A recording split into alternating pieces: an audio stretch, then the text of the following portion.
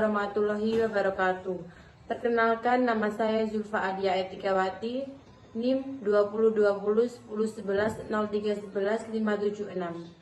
Saya di sini akan menjelaskan mengenai mata kuliah kriminologi yang bertema teori-teori kriminologi menurut mazhab lingkungan.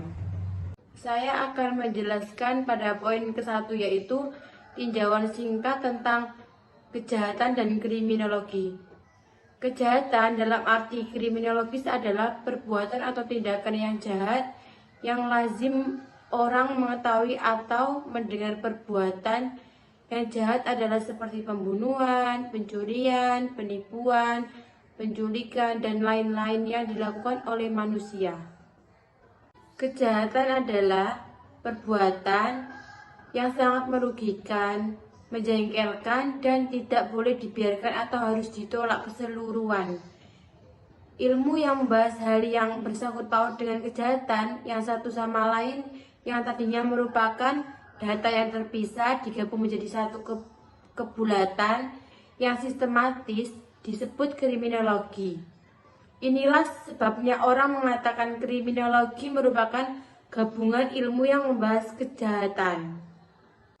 Manfaat dipelajarinya kriminologi adalah memberikan sumbangannya dalam penyusunan perundangan baru dan menjelaskan sebab-sebab terjadinya kejahatan. Secara formil, kejahatan dirumuskan sebagai suatu perubahan yang oleh negara diberi pidana. Pengertian kejahatan dapat berubah sesuai dengan faktor waktu dan tempat. Pada suatu waktu, sesuatu tindakan disebut jahat, sedangkan pada waktu yang lain tidak lagi merupakan kejahatan, dan sebaliknya.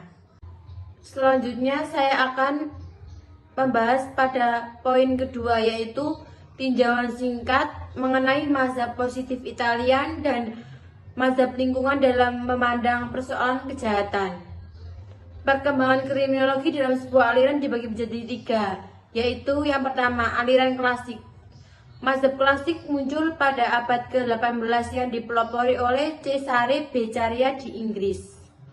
Berdasarkan pada filsafat hedonistis yang memandang bahwa manusia mempunyai kebebasan memilih perbuatan yang dapat memberikan kebahagiaan dan menghindari perbuatan-perbuatan yang akan memberikan penderitaan. Menurut Beccaria, setiap orang yang melanggar hukum telah memperhitungkan rasa sakit yang diperoleh dari perbuatan tersebut. Yang kedua yaitu aliran kartografik. Ketidakpuasan para ahli kriminologi terhadap aliran klasik, maka aliran kartografik muncul dan berkembang di Prancis, Inggris, dan Jerman. Ajaran ini hampir sama dengan ajaran ekologis. Konsep ajaran ini adalah distribusi kejahatan dalam daerah-daerah tertentu, baik secara geografis maupun secara sosialis. Mazhab ini tidak hanya meneliti jumlah kriminalitas secara umum, juga studi kasus tentang juvenile delinquency, serta mengenai kejahatan profesional yang saat ini cukup menonjol. Aliran ini memperhatikan penyebaran kejahatan pada wilayah tertentu berdasarkan faktor geografik dan sosial. Menurut aliran ini, yang dinamakan dengan kejahatan adalah perwujudan dari kondisi-kondisi sosial yang ada. Landasan dan aliran kriminologi klasik ini adalah bahwa individu dilahirkan bebas dengan kehendak bebas untuk menentukan pilihannya sendiri. Individu memiliki hak asasi, diantaranya hak untuk hidup, kebebasan untuk memiliki harta kekayaan. Pemerintahan negara dibentuk untuk melindungi hak-hak tersebut dan muncul sebagai perjanjian sosial antara yang diperintah dan yang memerintah. Yang ketiga yaitu aliran positif.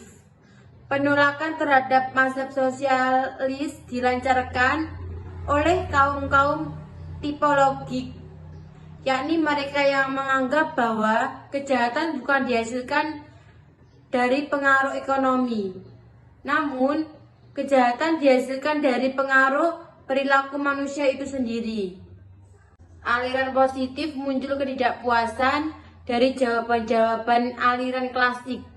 Aliran yang berusaha menjelaskan mengapa seseorang bisa bertindak jahat. Aliran ini bertolak pada pandangan bahwa perilaku manusia ditentukan oleh faktor-faktor di luar kontrolnya, baik yang merupakan faktor biologi maupun kultural. Secara singkat, aliran ini berpegang pada keyakinan bahwa kehidupan seseorang dikuasai oleh hukum sebab akibat. Maksudnya barang-barang dari luar negeri ikut pula menentukan tinggi rendahnya tingkat kejahatan orang menjadi jahat, disebabkan karena pengaruh imitation. Berdasarkan pendapat tersebut, seseorang melakukan kejahatan karena orang tersebut meniru keadaan sekelilingnya. Perkenalkan, nama saya Muhammad Rifki Afriansah. Nomor induk mahasiswa 2020 1011 0311 563. Di sini saya akan melanjutkan pada poin ketiga, yaitu macam-macam teori kriminologi menurut mazhab lingkungan. Pada teori mazhab lingkungan ini menekankan pentingnya faktor lingkungan. Menurut Lacassagne, masyarakat mempunyai bakat penjahat sesuai dengan jasanya. Hal ini berarti tergantung dari masyarakat itu sendiri dalam menghadapi kejahatan yang ada. Sedangkan penjahat dianggap kurang berperan.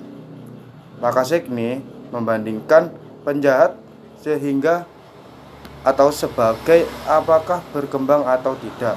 Ini tergantung pada tempat di mana ia ditempatkan. Jika ditaruh di tempat steril, maka tidak dapat berkembang. Jadi, masyarakat diumpamakan sebagai tempat meletakkan bakteri tersebut. Sekian dari saya. Wassalamualaikum warahmatullahi wabarakatuh.